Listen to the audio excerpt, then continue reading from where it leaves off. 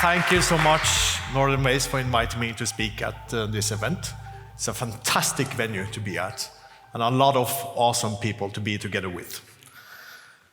And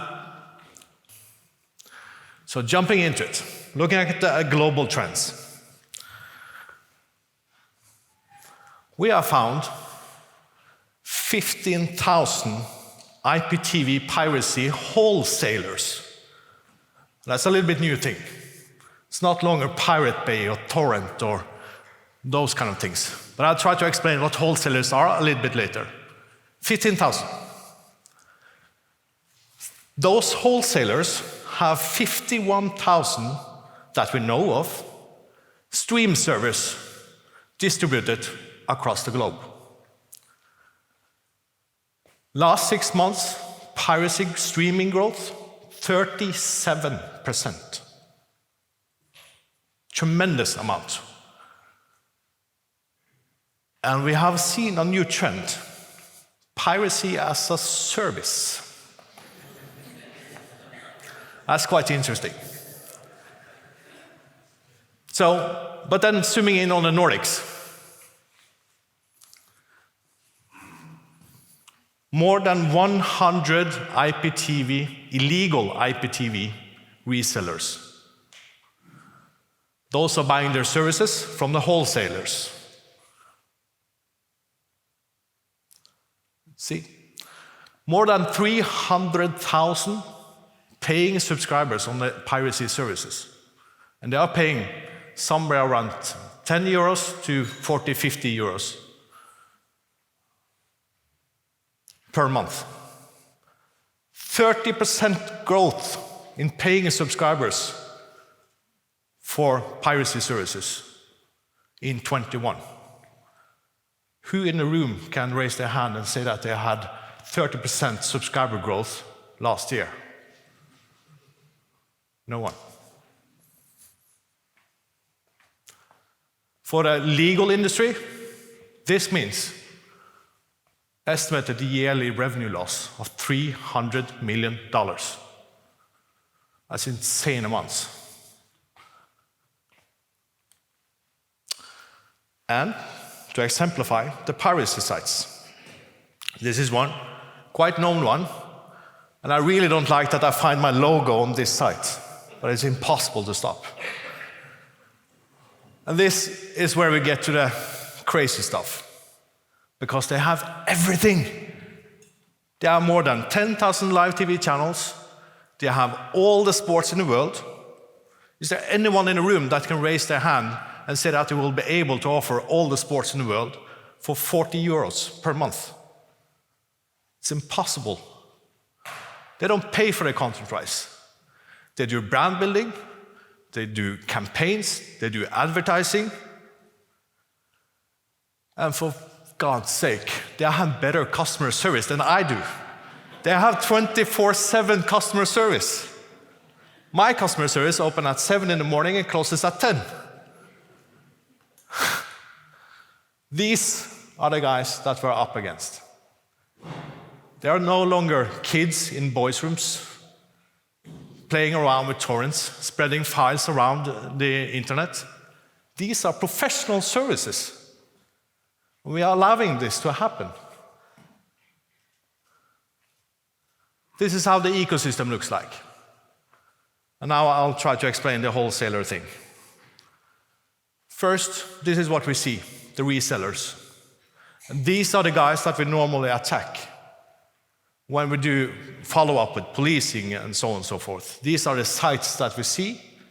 This is just the top of the iceberg. Below, you have the IPTV wholesalers. They are selling a complete infrastructure. The only thing the resellers need to do is make a small API integration. Everything works. It takes them less than 2 days to set up a complete IPTV reseller service. Start earning money.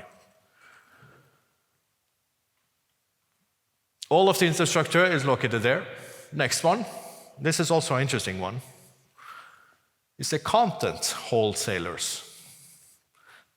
These are the guys that aggregate all the content from the world and start reselling the content to the wholesalers that owns the infrastructure, that resales the Piracy as a service platform to the resellers. Then that attracts the consumers. And then you have the guys, the hackers, and so on and so forth, the criminals that are fetching the content. And they do so from attacking our CDNs, attacking our subscribers, attacking our services. That's how they get the content. It's either some security hole in a DRM, or it's either a security hole on the CDN side, or it's a customer that have leaked username and password, which is quite common. So, my conclusion, after shutting down Pirate Bay and all the torrent sites, we stuck our hand in the sand after saying we won. And now the pirates have spent the last 10 years or so building up professional services. And we have just been shutting our eyes or putting our heads down in the sand. What we need to do is pick up the fight. I'm all for peace and so on, but these are criminals. The money they earn goes into human trafficking, drug dealing, all kinds of stuff that we don't want to have in our world. That is what piracy is funding. So we need to stop it. In order to do so, we need to take a holistic approach. There's two sides of it. One side, protecting our services, so meaning DRM, tokenizing, concurrency controls, protecting our subscribers, etc. The other part is disrupting the services. For instance, trying to close down money streams, trying to close down funding, trying to stop the infrastructure from working. It's a decentralized infrastructure, so it's probably impossible to stop everything because it's spread all around the world, but we need to make an effort to do so. I also think, as part of this, we should ask us the question, why is consumers buying illegal services? It's an important question. Could be money, could be access to all content, could be ease of use. We also need to address those questions. On our side, we have been doing things in a quite traditional way on protecting our content, protecting our subscribers, protecting our partners, which have been working quite well for many years. But lately we also see an increase in the number of attacks on different parts of our, different layers of our services, making it possible to access the service with unauthorized devices, for instance, jailbroken devices. It's been possible to duplicate tokens. It's been possible to bypass the concurrency limitations.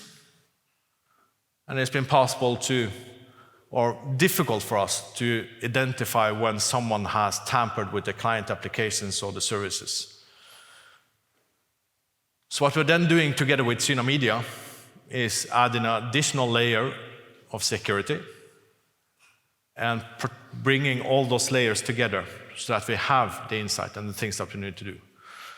So of course, easy to illustrate in a PowerPoint, super complex to do in technical.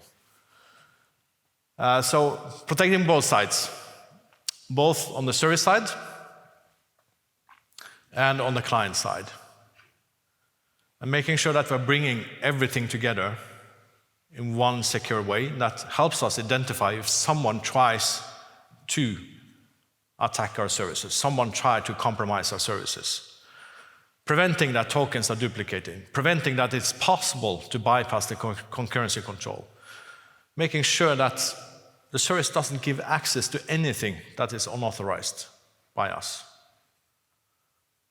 That's what we are currently working on together with Syna Media. And that's what we are quite sure that will stop at least 95% of everything leaking out from our side.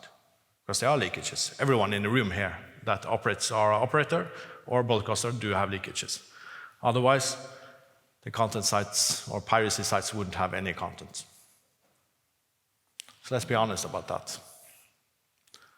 Secondly, I also think that best practice sharing throughout the industry through Nordic content protection is critical for us to actually make this happen, and make at least my dream come true, that we're able to sink the pirate ship. Thank you.